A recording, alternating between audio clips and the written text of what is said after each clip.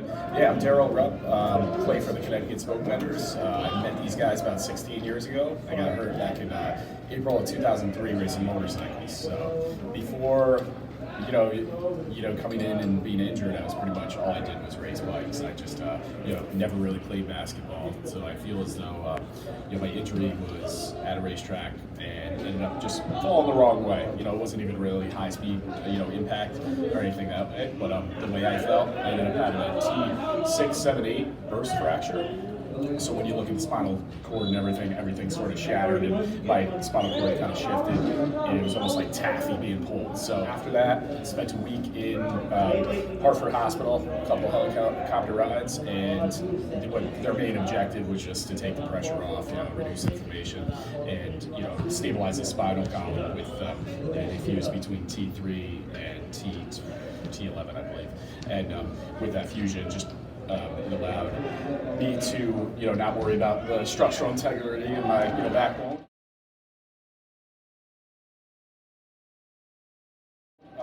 So then you started rehab.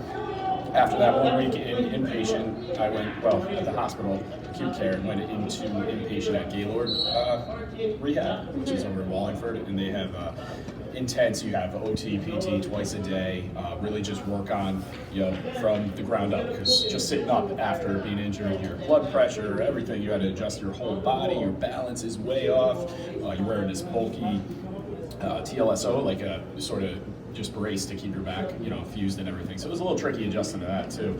But yeah, just kind of sitting up on the edge of the bed with I ended up being a complete T6-7. So not much in my trunk. So just kind of, finding my space, being a complete injury, full loss of sensation. So it was kind of like, you can't even feel where your legs are. All that proprioception, was way off. So yeah, after rehab, just working on using sliding board at first, where you slide on a little board, just to get into your chair, and then we would try mat skills, and then you would progressively work on like bed mobility and rolling over, sitting up. And then finally it was time. You do all your ADLs. They had kind of simulate with the bathroom, doing a transfer bench, all sorts of all those things. So OT is huge in that part.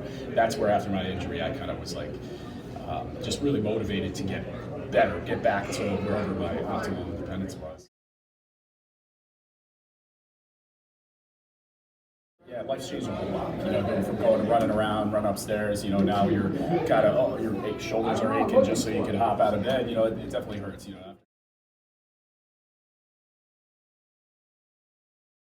One of the harder things, is like the floor transfer. So just trying to figure out how to get down to the floor back into your chair, because you're gonna fall. It happens quite often, depending on how active you are. And falling out of your chair, getting back up. I actually learned a lot, just watching other cases, that went through. So other spinal cord injury paraplegics that were around that same level.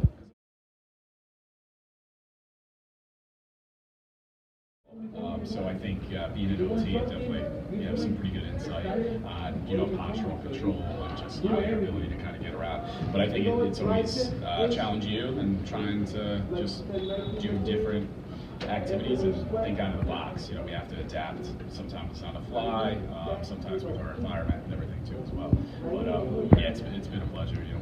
I work in schools. I typically stay in my chair most of the time, but I do get down. I'll do different like yoga stuff and just working on mats and wherever the kids are.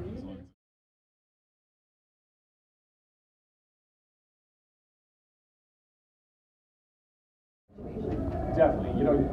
Sports has been great. Just getting out into the community, traveling. We have awesome opportunities where we just end up going on a plane ride, going out to Colorado, Ohio, all sorts of different places, and that just putting you in those like uncomfortable positions a little bit, just to reach out of that comfort zone. It's great, and it's just with teamwork on the court, it's in that aspect, just kind of keeping yourself in shape is huge, because it's easy to be sedentary and watch your diet, and kind of next thing you know, you're on the couch and your hips and your back are all tight, and then you get more spasticity. So I think the active lifestyle is huge. Teammates and learning from them too.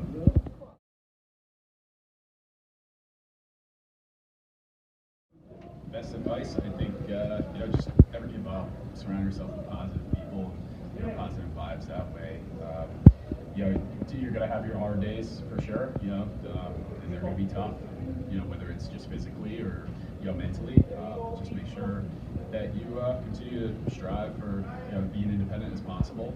It's easy to kind of fall back on all the different sort of SSI and SSDI, but if you can be part of the workforce somehow to just get yourself going, I think that's huge.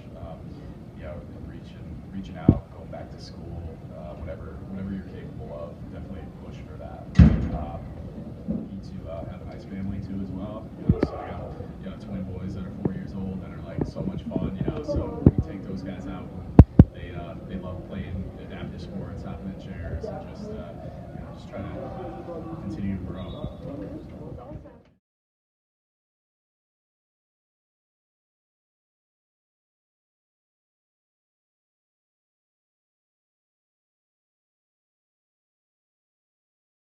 Yourself and your story a little bit? Okay, I'm Michael Bustamante. I'm a T12 injured, gunshot wound, Hartford, Connecticut. I went out with friends. Everything was cool. Just normal night, and was walking, going home, and just heard a gunshot, and I got hurt. It's changed my life drastically. Like everything changed. Thinking I'm not gonna be the same. I won't be able to do what I love, which is basketball. Right. Play around with my kids, stuff like that. It was a life-changing altercation for me, and adjustment was kind of hard, but Hospital for Special Care has great people to help you and understand, and occupational therapy was like one of the best things that ever happened to me, because these people really show like they're not just in there for a paycheck. They want to really help you and make sure your life keeps going, and you can show that you can be productive more in life. And, just because you're in a chair doesn't mean stop. Life just stop for a second. It did, but the adjustment was hard. But I'm grateful. I'm so grateful.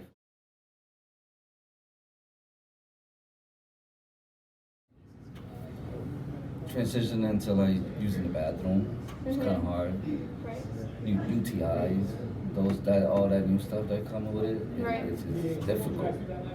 So you got to know the signs, spasms. I get spasms.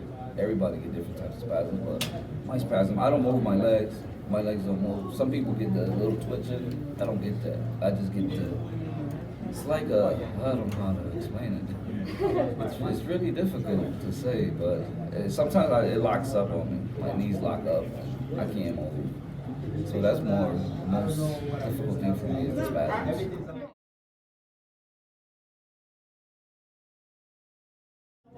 The transfers from floor to chair.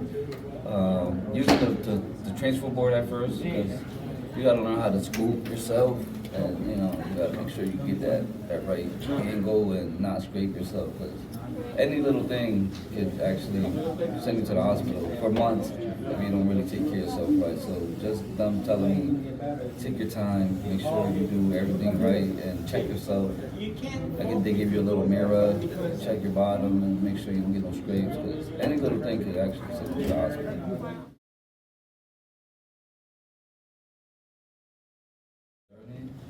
That nothing is impossible. You can really achieve anything you want. You just gotta put your mindset to it. Pursue it. Just pursue it. You might get bumps and bruises here and there, but once you get it, it's the most satisfaction thing you can have in life. I'm grateful just to be here. Being in a team sport and having that camaraderie of having people help you out and go through life and know that they experience what you're experiencing. A little different.